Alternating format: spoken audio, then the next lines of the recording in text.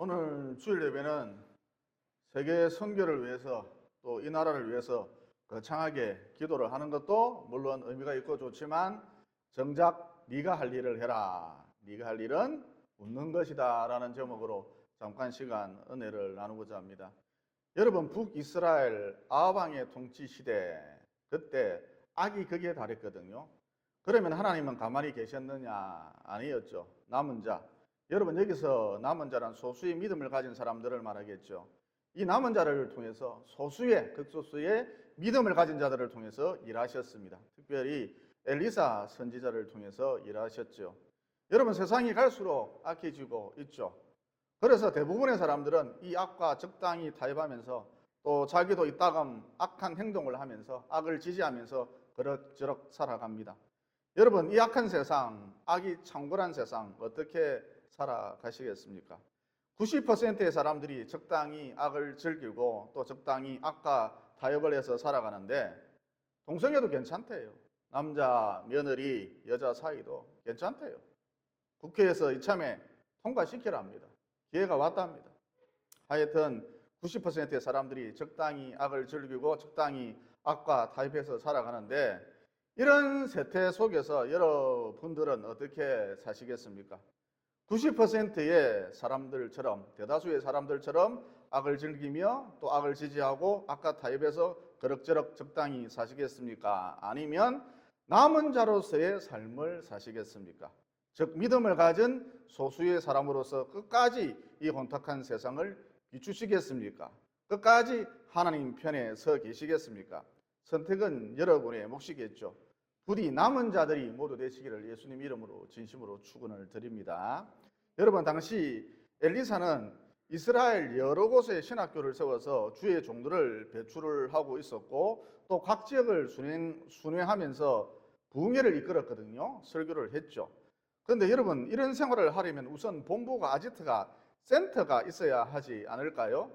그래서 엘리사가 아지트를 찾고 있는 도중에 센터를 찾고 있는 도중 수넴 지역에 사는 어떤 수넴 여인이 엘리사 선지자를 보고 자기 집을 센터로 쓰라는 거예요. 자기 집을 선교 센터로 쓰라는 거예요. 그래서 자기 집에서 식사도 하고 자기 집에서 잠도 자고 샤워도 하고 그러십시오. 그랬다는 것이죠. 그러면 이 수넴 여인이 어떤 대가를 바라고 이런 행동을 했느냐? 결코 아닙니다. 그냥 엘리사 선지자가 주의 종이니까 목사니까 순수한 마음으로 그를 섬겼던 것 뿐이죠. 그러니까 한마디로 이 수넴 여인은 성격이 깔끔했다 이렇게 볼 수 있습니다. 즉 뭘 바라고 계산적으로 주판을 튕겨서 행동하는 그런 스타일이 아니었다는 것이죠. 하지만 엘리사 선지자 입장에서는 이 수넴 여인이 너무너무 고맙잖아요. 자기 집을 아지트로 내어주었으니까, 자기 집을 선교센터로 내어주었으니까 참 고맙잖아요. 그래서 엘리사 선지자가 수넴 여인을 보고 내가 왕도 잘 알고 있고 군대 장관도 잘 알고 있는데 즉 고위층과 내가 꽤 친한데 뭐 도와줄 것 없습니까? 이렇게 물어봤죠. 그러자 이 수넴 여인이 말하길 나는 내 백성 중에 거하나이다 그랬거든요.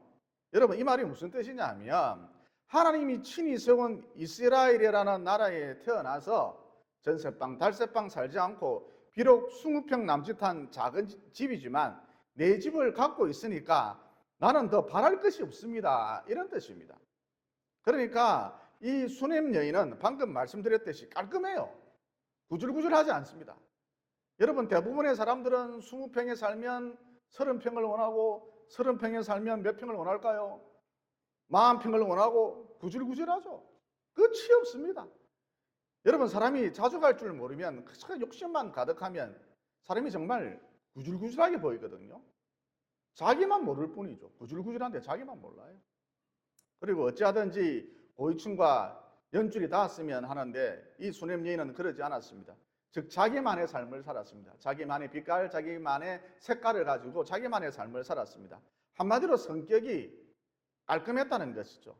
이런 와중에 엘리사의 수행비서였던 게하시가 수넴 여인에게 아이가 없다는 사실을 어떻게 알고 엘리사 목사님에게 중보 기도를 부탁을 했었죠. 여러분, 이 대목에서 당시 엘리사 목사님 영빨이 굉장했던가 봐요. 엘리사 목사님이 기도했다 하면 하나님이 웬만하면 다 들어주셨던 것 같습니다. 그래서 엘리사 목사님이 수냄 여인을 보고 1년 뒤에 아이를 낳게 될 것이다 축복해 주었답니다. 하지만 이 여인은, 수냄 여인은 놀리지 말라고 싱긋이 웃었죠. 왜냐하면 오랜 기간 아이가 들어서지 않았기 때문입니다. 그러나 정확히 1년 뒤 엘리사 목사님이 예언대로 이 수냄 여인은 늦둥이 아들을 얻게 되었죠. 그런데 어느 날 이 아들이 금지옥역 같은 이 아들이 엄마 머리가 아파 그러면서 엄마 무릎에 살짝 눕더니 그만 고개를 툭 하고 떨구는 것이었습니다. 죽었습니다. 아마 급성 뇌출혈인 것 같아요.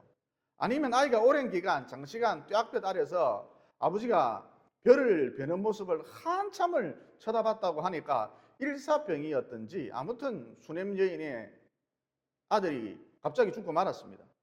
여러분, 하루아침에 아들을 잃어버린 이 어미의 심정이 어떠했을까요? 그런데 이 수냄 여인의 행동이 좀 특이합니다. 일단 아들이 죽었는데 남편에게 알리지를 않았습니다.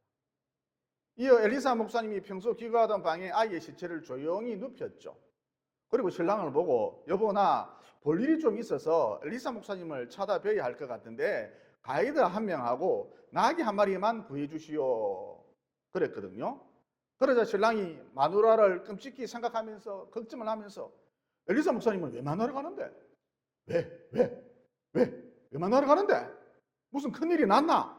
아이고야, 무슨 큰일이 났는갑다. 심각한 일이가. 자꾸 따져 물었죠. 그러자 수냄 여인이 말하길 나는 평안하다 그랬답니다. 그러니까 신랑을 보고 별일 아니야, 사소한 일이야 그랬다는 것이죠.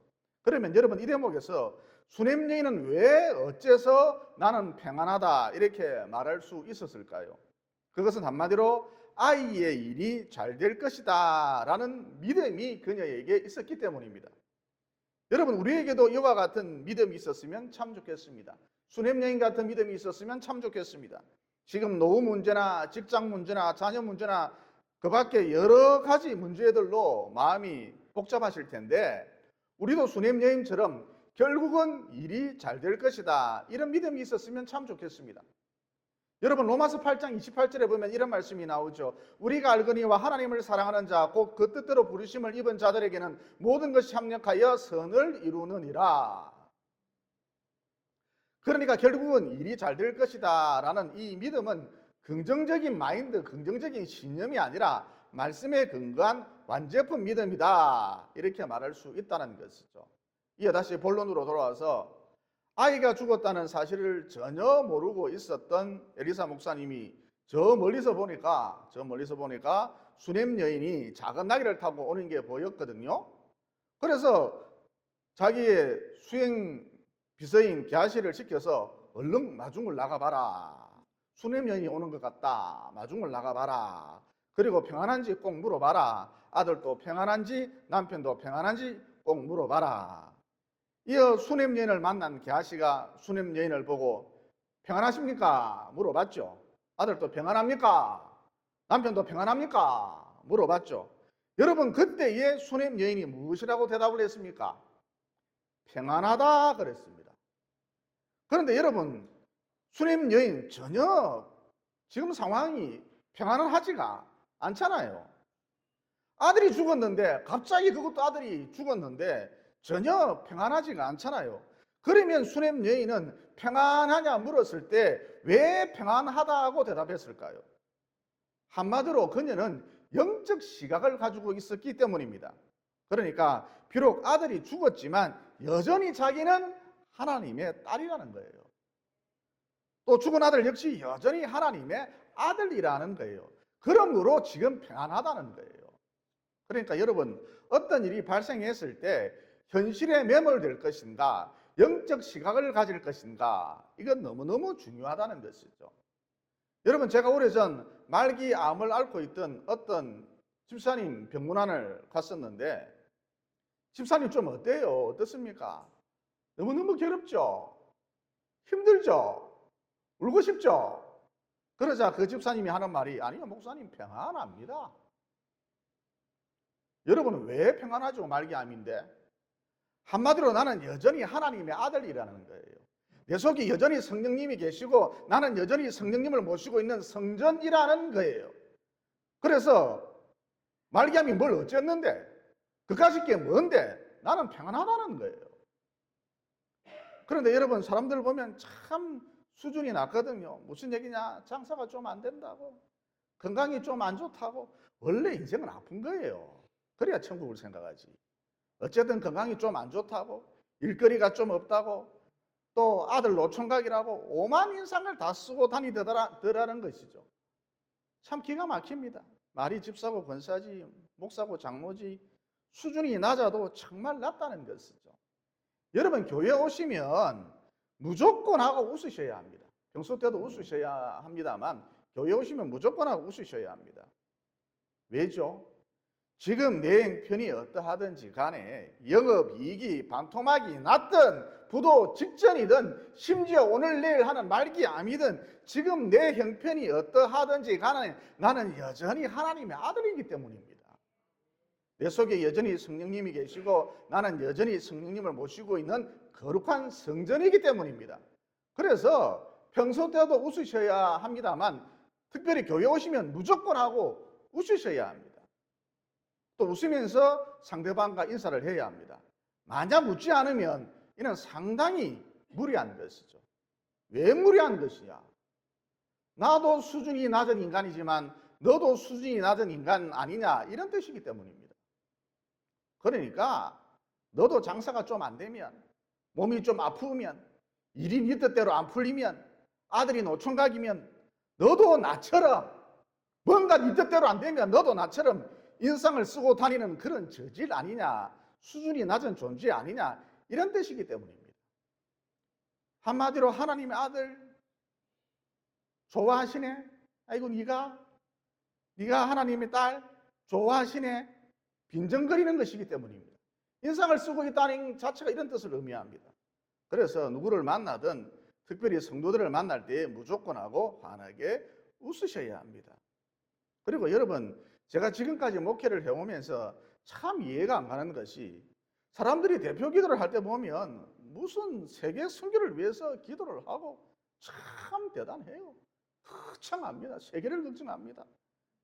그러니까 너무 거창한 것을 얘기하는 바람에 정작 자기가 해야 할 일을 하지 않더라는 것이죠. 그러면 내가 해야 할 일이 무엇이냐? 여러분, 지금 내가 해야 할 일이 무엇일까요? 웃는 것입니다. 여러분, 내가 평생 노숙자 같은 생활을 했다 할지라도, 또 우리 아들마저도 노숙자 같은 생활을 했다 할지라도, 거지 깽깽이 생활을 했다 할지라도 여러분, 여전히 나는 누구예요? 여러분, 내가 누굽니까? 하나님의 아들이잖아요. 우리 아들도 마찬가지고 여전히 내 속에 성령님이 계시잖아요. 여전히 나는 성령님을 모시고 있는 거룩한 성전이잖아요. 또 제 문제가 깜짝같이 해결되었고 죽음과 동시에 영원한 천국을 상속받잖아요. 세상 사람들은 죽음으로 모든 것이 끝나는데, 그 어떤 위인이라 할지라도 죽음과 동시에 모든 것이 끝나는데 디엔드인데, 저와 여러분은 죽음과 동시에 숨이 끊어지는 것과 동시에 영원한 천국을 상속받잖아요.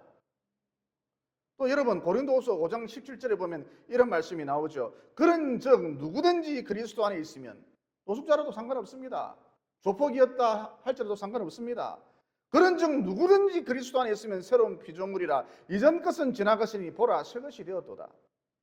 여러분, 우리는 항상 새 것, 언제나 새 것, 매일매일 새 것, 날마다 새로운 존재라는 것이죠. 여러분, 이게 우리의 정체성입니다. 또 빌립보서 3장 20절에 보면 이런 말씀이 나오죠. 우리의 시민권은 하늘에 있느니라. 여러분, 그렇게 좋다는 다들 부러워하는 미국 시민권 정도가 아니에요. 우리의 시민권은 어디에 있다고요? 하늘에 있느니라. 또 베드로전서 2장 9절에 보면 이런 말씀도 나오죠. 그러나 너희는 택하신 족속이요 왕같은 제사장들이요 거룩한 나라요. 여러분, 나라는 존재 한 개인이 아니라는 것입니다.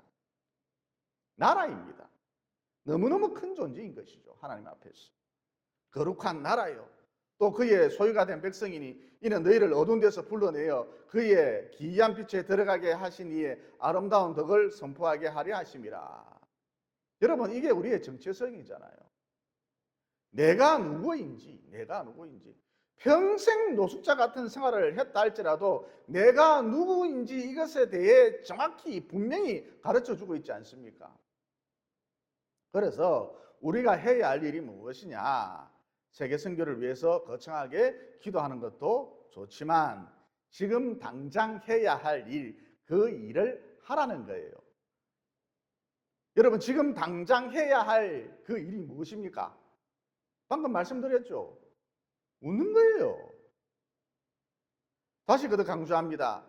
내게 어떤 일이 벌어진다 할지라도, 최악의 상황이 발생했다 할지라도 나는 여전히 하나님의 아들입니다. 여전히 하나님의 딸입니다. 또 여전히 내 속에 성령님이 계시고 여전히 나는 성령님을 모신 거룩한 성전입니다. 또 나는 여전히 천국의 상속자입니다. 또 나는 여전히 왕같은 제사장들이요, 나는 여전히 거룩한 나라요, 나는 여전히 그의 소유가 된 백성입니다.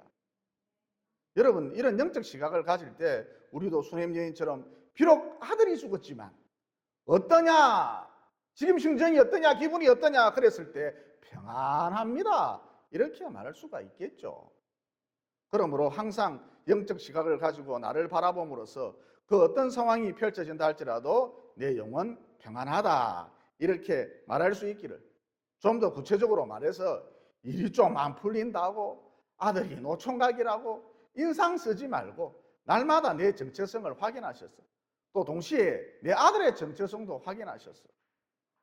여러분, 나는 여전히 하나님의 아들이라니까요. 내 형편과 상황과 상관없이 내 아들도 여전히 하나님의 아들이라니까요.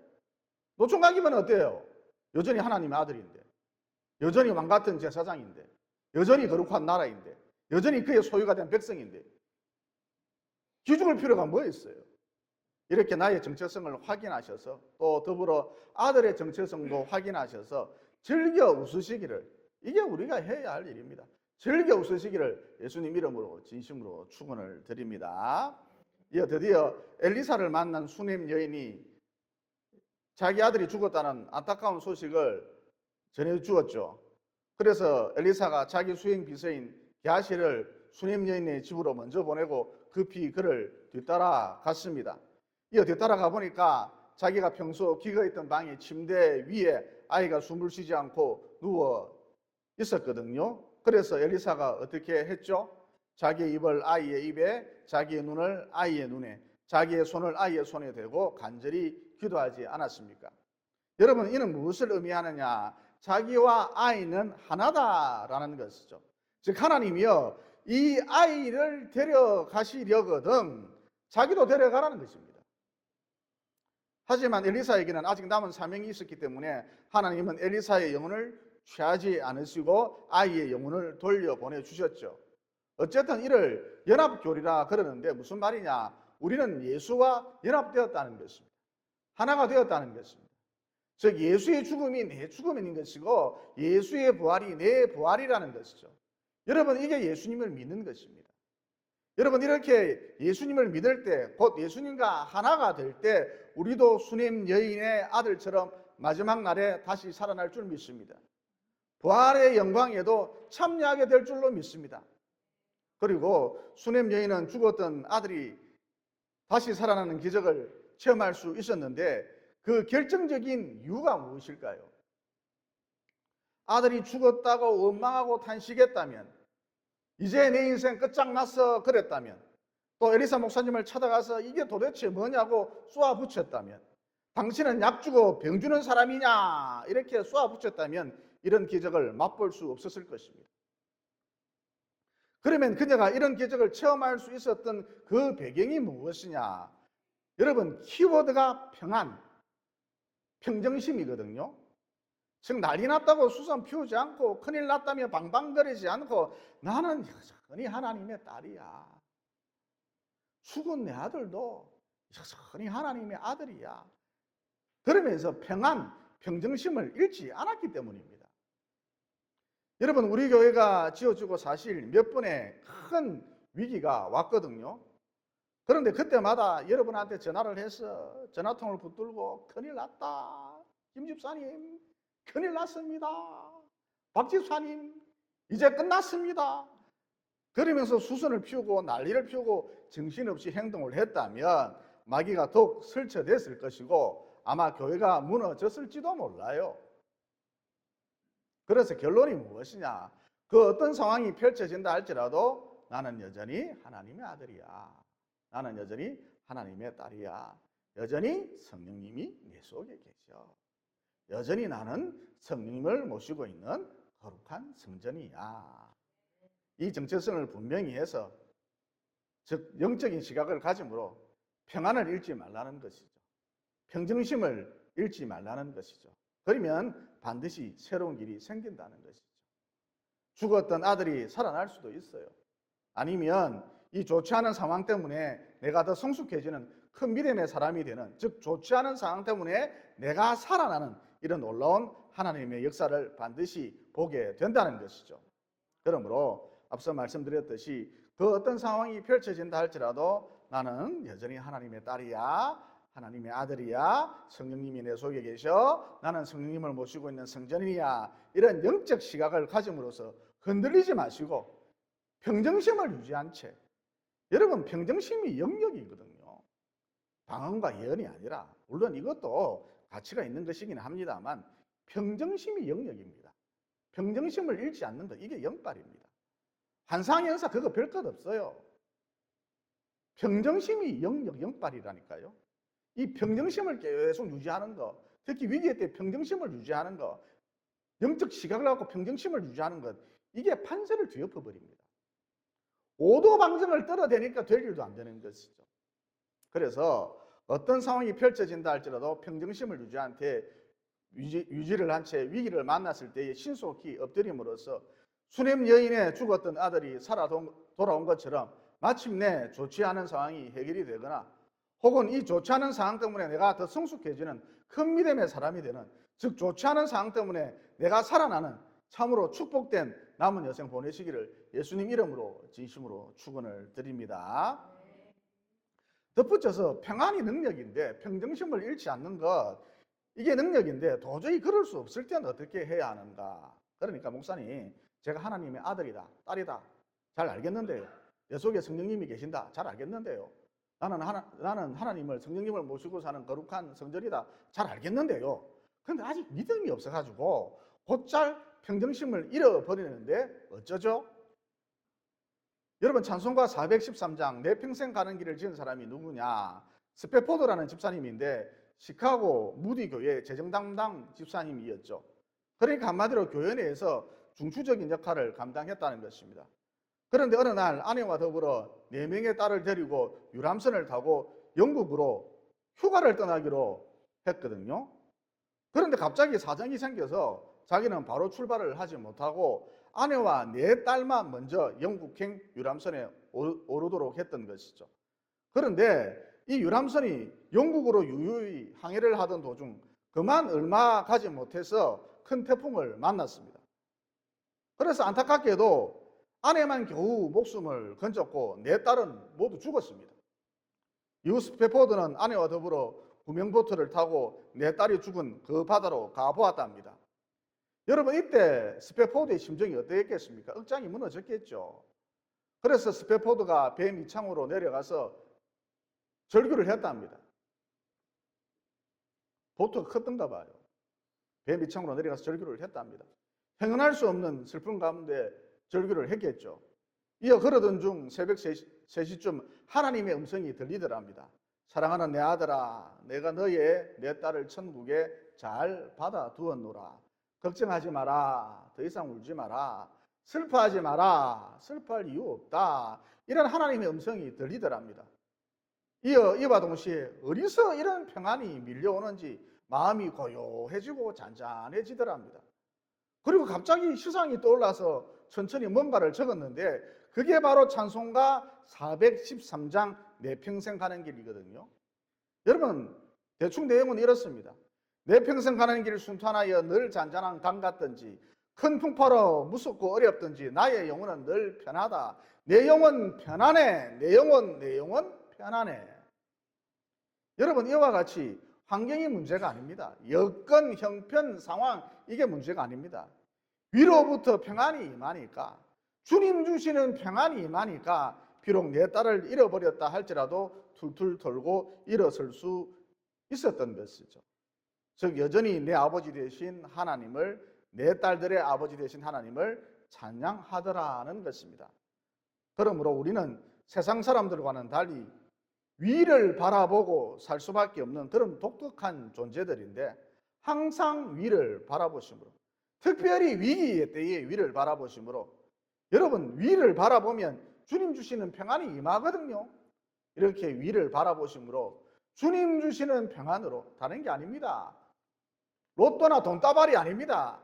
주님이 주시는 평안으로 위기의 때마다 흔들리지 마시고 아무 일 없었다는 듯 다시 툴툴 돌고 일어서시기를, 다시 웃을 수 있기를 예수님 이름으로 진심으로 축원을 드립니다.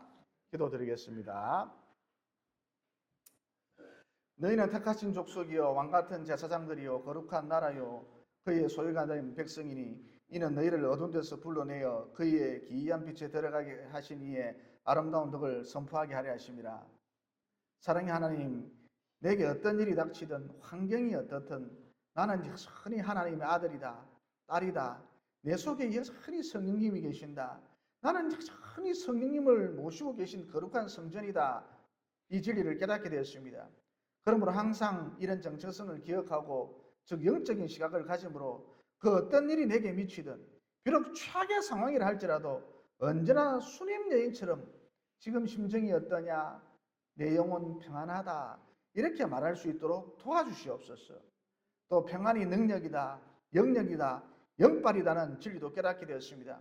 그러므로 위기의 때에 여전히 나는 하나님의 아들이다, 딸이다라는 이 정체성을 잃지 않은 가운데, 저 평안 가운데 평정심을 유지한 채 수냄 여인처럼 신속히 엎드림으로써 수냄 여인의 죽었던 아들이 다시 산 것처럼 큰 기쁨을 맛보든지, 아니면 이 위기 때문에 내가 살아나든지 더 큰 믿음의 사람이 되든지 위대한 하나님의 역사를 볼 수 있도록 도와주시옵소서.